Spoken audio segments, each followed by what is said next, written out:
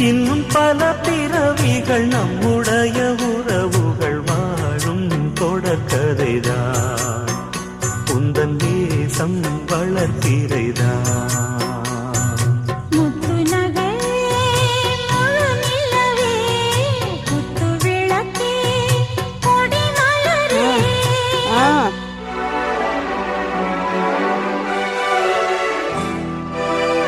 வாங்கி வந்து வச்சுங்க செடி இல்லாத